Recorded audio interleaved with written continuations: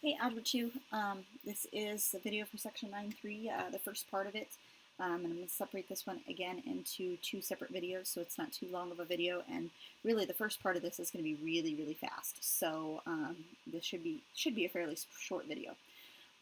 So still talking about trig functions, and the thing that you want to kind of remember always is that SOHCAHTOA. So maybe put that off to the side over here. SOH. CAH, and TOA. And remember that the OH, the AH, and the OA just have to represent like the sides that you're looking at, okay? So the opposite side, hypotenuse side, adjacent side, that would tell you, what fraction that you're doing. Okay, so for each one of these, sine, cosine, tangent, and then we talked about their husband or wife, I guess. So the husband or wife of sine is cosecant. The significant other of cosine is secant, and then cotangent and tangent go together, okay? So kind of writing out what each one of those are.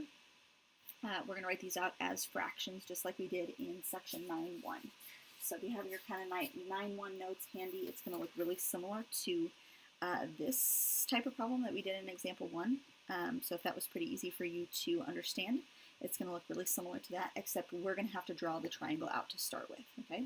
So it's not going to be too bad, but it'll look something similar to that, right? So the first thing that they're going to have us do is,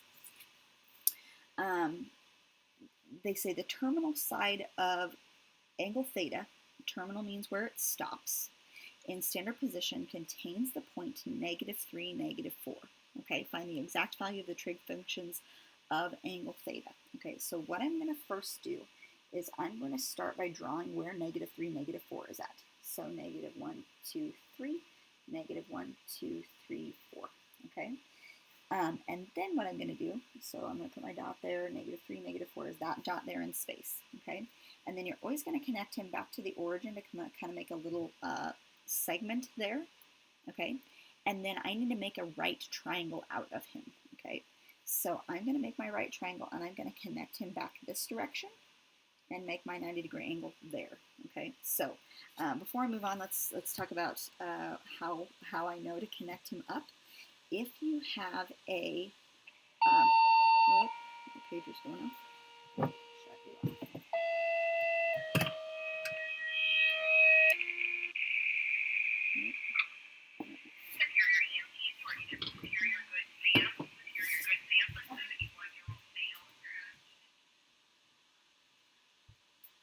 Okay, sorry about that.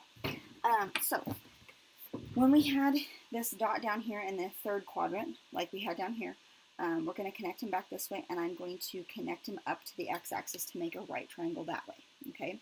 If he was, let's say, in the second quadrant instead, okay, you would connect him down this direction, okay? If he was in the first quadrant, you would connect him down this way, and if he was in the fourth quadrant, you would connect him up that way, and that's how you would make your right triangles, okay? Now, here's what you don't do, okay? If you have a dot in the first quadrant, you never connect him to the y-axis to make a 90-degree triangle here, okay? Over here, you would not connect him back to the y-axis this direction, okay? These are all no-nos, don't do these, okay? Like this and like this, you don't connect them this way, you always connect them back to the x-axis, so this is where you want to go about, okay? So, I always draw this out for my trig kids, and I say, you want to do a bow tie? Bow tie. Those are good. Hourglass is bad. So you don't want to make hourglasses, you want to make bow ties, okay? So I have made my bow tie, or my fourth of my bow tie here, and then I'm going to label these sides as -3, and this guy is -4, okay? And then what I will need to do is, since I have this triangle here, I'm going to have to find out what this third side is.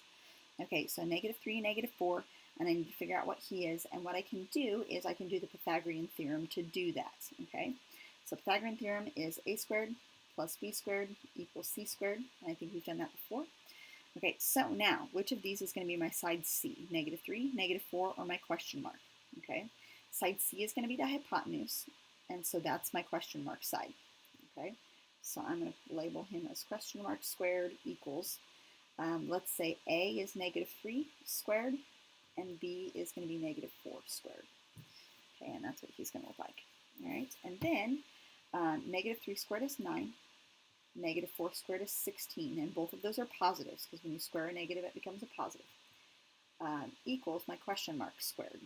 Okay, 9 plus 16 is 25. That's my question mark squared. And if I take the square root of that, this guy is going to be just 5 here. Okay, that guy's just 5. Your hypotenuse will never be a negative number, so it's always going to be a positive number, and in this case it's 5. Now, from here, all I do is I look at the angle and then just find sine, cosine, and tangent of each one. So my angle is going to live here, like right next to the origin, this little sucked in point right here, and that's the angle that I'm looking at. And so then I just need to find sine of him, okay? And sine with my SOHCAHTOA is opposite hypotenuse, right? Opposite of my angle here, okay? Think about which side is opposite. Opposite is going to be my -4. My hypotenuse side is going to be 5, and the adjacent side is going to be -3. So maybe if you want to still label them, you sure can. So opposite hypotenuse will be opposite -4. Hypotenuse is 5. That's what his ratio will look like. So sine is -4/5. Okay. Cosine will be adjacent over hypotenuse. Okay. So think about what his fraction will look like. Adjacent will be -3. Hypotenuse will be 5. Okay. Then tangent is opposite over adjacent. So that's -4 over -3. And really what I can do there is, since both of those are negatives, I can cross those out and make those +4/3. Okay, now the other ones, cosecant, secant, cotangent, is just taking each one and flipping them. So if this is -4/5, this would be 5 over -4. Okay, secant would be 5 over -3, and cotangent would be +3 over +4. Okay, if you flip those guys around. All right. All right, example 2, we'll do this one and then we'll stop. Okay, so they want us to do the terminal side in standard position contains the point 0, 6. Okay, 0, 6 is this point up here. 0, 6. Okay. They want us to find sine, cosine, and tangent of that thing. Okay. So this one's kind of hard to think about because you don't have a triangle there. There's not a triangle that you can draw to connect him in any way. So 0, 6. All right, so what I'm going to do is I'm going to pretend for a second that 0, 6 actually lived out over here somewhere, okay? And 0, 6 means that I'm going to the right 0 and up 6, right? To the right 0, up 6, okay? And when I do that, my hypotenuse side, I would still use the Pythagorean theorem, so it would be 0 squared plus 6 squared equals my c squared, right? This guy would be my side c, all right? 0 squared is 0, 6 squared is 36, that would be c squared, okay? So 36 will be equal to c squared, and I take the square root, so my c will end up just being 6 again, right? Okay, so that's the only time that will happen because this really isn't a triangle. It's actually a point that's all the way up here at the top, right? So if we want to think about it in terms of that, then here's my angle that I'm looking at, and I just want to do my SOHCAHTOA, sine, cosine, tangent, cosecant, secant, cotangent. I'll write in here SOH, CAH, TOA. All right, so I kind of made up my own imaginary triangle, even though it's not really going to be a triangle because this is the length of 0 here. But this can just kind of help me think about how this is going to look. All right, so let's label, if here's my angle in this corner, the opposite side will be 6. The hypotenuse side will be 6 also, and the adjacent side will be this 0 that's going on here, okay? And then we just do the same thing again. So opposite hypotenuse for sine will be 6 over 6. 6 divided by 6, which is just 1. Okay, that's what sine will be. Cosine, in this case, will be adjacent over hypotenuse, which is 0 over 6. And 0 divided by 6 is just going to be 0. Okay. Tangent is opposite over adjacent, which is 6 divided by 0. Okay. Now, remember from algebra, before we started doing online stuff, that you can't divide by 0. So this guy is actually going to be undefined. Okay. Cosecant is the opposite of sine.